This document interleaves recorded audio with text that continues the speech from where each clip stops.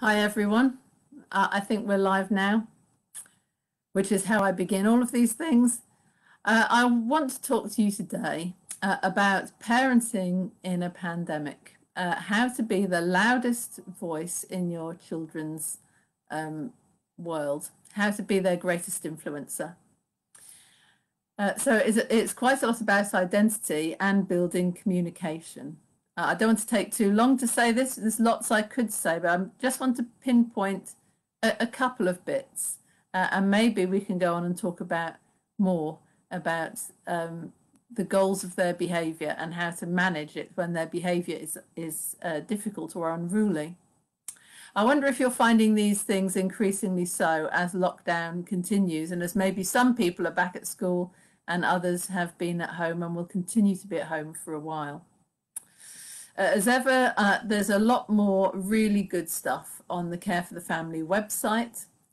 Care for the Family do what they say on the tin. They care for families, and they run parenting courses for people with children in all age groups or who need specific input. And you can go onto their website and find that, plus lots of other information and support and help for whatever kind of parent you are. So do look on their website. So being the biggest influencer in your child's life, in your teenager's life, there are many voices speaking to them, aren't there? And ours is just one, and we are competing for their attention. In many ways, they're trying to find their own identity and their own balance in what they think is right or acceptable. And they do this in a number of ways. But the first thing we need to do as parents is to be aware of what some of the other voices are that we are competing against. This is really important. So the first one, of course, is school. School is a big influencer on our children. It helps to mould them by developing them in their strengths and trying to bring up their weaknesses. They quite often will tell us what their teachers are saying. But the thing about school is it's very good at facts and in building up skills for life, getting them on to the next step. But it may not give evaluative comments. So they may learn about drugs and alcohol and relationships with school, but it's generally factual. Their friends are maybe the biggest influencer on them. They talk endlessly, don't they, about their experiences, their thoughts, and their understanding of the world. By their discussions, they're helping to make each other make sense of the world. But obviously, they're all talking from a place of inexperience, and any advice or information they get there may not be the best. And that leads on to peer pressure. Peer pressure is what makes them want to conform in certain ways. They want to get that group identity. They want to have the labels that other people have, or the hairstyles, or the makeup that other people have. And they do influence a great deal their outlook. And there's two more influences. One is the internet and TV and all the bloggers and vloggers and all the rest of it. We are all saturated with this, even more so in lockdown. And I'm afraid to say that a lot of teenagers look at pornography to find out more about sex. And they look at information online, maybe in places that we don't want them to, or don't think is the best source for information. And then, of course, there's the teenage culture, all the texting and the values of that, and so on. The pressure on them to do things, maybe drink or try things out that they don't feel ready to do, but they're put under pressure to do so. In the modern age, of course, there are things like sexting, which we never had as teenagers growing up. But there's pressure on them to share intimate pictures, and there's an understanding that private messages don't stay private anymore. What you say to your boyfriend or girlfriend or best friend may get shared round other groups. That's a real pressure on our teenagers. So all these voices are influencing them, and we want to make sure that we are still one of those voices. In fact, the loudest voice, don't we? So we need to think about how we can be good communicators with our teens. So thinking about all the messages in, I've got a quote that I'm going to read to you. We often feel that our teenagers want to listen to all these other places, all these other voices, and aren't interested. We're not important to them anymore. That's not true. This is what somebody says. A teenager, this is someone called John Sauter. A teenager will give up on his parents if he feels they are too busy in their world to help him shape his. Young people need 3 A's from us: acceptance, affirmation, and approval as their parents. We are their first tribe and their most important tribe. If we can meet their emotional needs and make them feel valued and precious and appreciated at home, there will be less need for them to go out and find all those things, find those aspects of identity elsewhere. So it's a really important role that we've got when they're teenagers, to keep accepting them, keep affirming them, keep approving of them. And in that way, our voice, we turn the volume up on ourselves, and so the other voices become less important. Communication, we know this, there's one of these and 2 of those, 1 mouth and 2 ears. And so when we are trying to communicate with our teens, we need to make sure that we are listening. We're putting ourselves in their shoes. We're understanding their world. We're helping them to shape their world. We're not dragging them into our world. So we do need to make sure that we spend time listening and asking for their opinion, asking their advice. Could you come to the opticians with me, or could you look at this? Which colour do you think would suit me?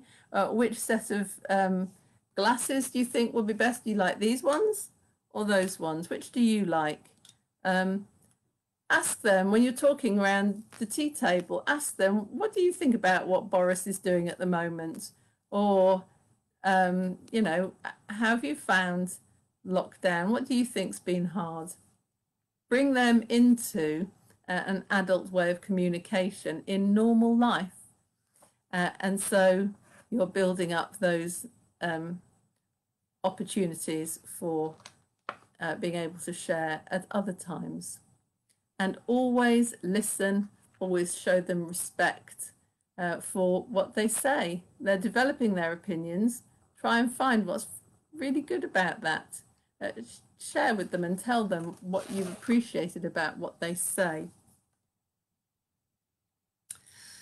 And of course, being too busy means we don't always sit down and just have family time. We could, when we speak to our children, we need to find time when we can just sit down and sometimes look them in the eye, but sometimes, you know, dropping them off somewhere, 10 minutes in the car is a good opportunity. Going for socially distanced, well, you're not socially distanced, but, you know, your lockdown exercise, cycling or walking or whatever you're doing, playing tennis now, that's a great chance, walking there and back, to just communicate, check in with them and to listen to them. Make sure they know you're listening by saying, okay, check you've got it right. So you're saying that so-and-so, you know, whatever it is, whatever the latest exciting thing is, went into somebody's house for 2 hours. Really? Whatever it is. Sometimes it's really heavy stuff that we need to make sure we've got right. Oftentimes it's just we want to know that they've been heard and understood. I'm going to give you a list in closing of some things that we will stop our teenagers from tuning into us and listening. Asking too many questions. Why did you do that? What did you say that for? When did this happen? You know, all these things. We're just going to turn them completely cold. They won't want to communicate with us if we're always bombarding them with these sort of critical or many questions. Being too bossy, not allowing them to make their own decisions. Do this now because I say so. You can't do that yet. Wait till the weekend for this. You know, don't argue with me. Being too bossy will just stop them communicating. Lecturing. You should know better at your age. That will mean that they don't want to tell us anything, won't it? Criticizing or shaming them. How could you be so stupid? What were you thinking of? Particularly if it's in front of anybody else, but doing it just the two of you is bad enough and will probably have a negative, or will certainly have a negative effect. Jumping to conclusions. Why are you so late? What have you been getting up to? You've been up to no good. Threatening or shouting. If you don't start pulling your weight around here, you'll find yourself not being able to go out. Whatever it is. And this one is one for me. Always knowing best. I told you that would happen, didn't I? We all fall into these some of the time, but being aware of them means that we will do them less. They are going to turn our teenager off from wanting to speak to us. So how do you encourage good communication? How do you get them to want to open up to you? Well, it's that sort of bonding, having a good time, isn't it? Finding things that you can do together that they want to do. Finding family times, creating those traditions where you look forward to doing something together. Maybe it's one-on-one, which sometimes is good, and maybe it's all together as a family, building your identity, helping them to set goals for themselves so that they feel less, you know, purposelessness in lockdown will mean that they will be more prone to looking for other voices, other purposes. So helping them to have a purpose or a goal or a target, whatever that is going to help them to stay on course. And you can check in with them. How are you getting on with your, you know, couch to 5K, or your improving your chess skills, or building your guitar? I would say that with my eyes rolled, because we often have guitar building dramas in our house. So do help them find a target and go that journey with them. And that's a really great way to encourage that communication between you. So I hope that's been useful. We will look next time at behavior and the goals of behaviors, and why that's sometimes challenging, and how we can deal with it, how we can deal with those hidden agendas in certain types of behavior for teens and for others. But have a good week in the meantime, and I'll see you soon. Bye.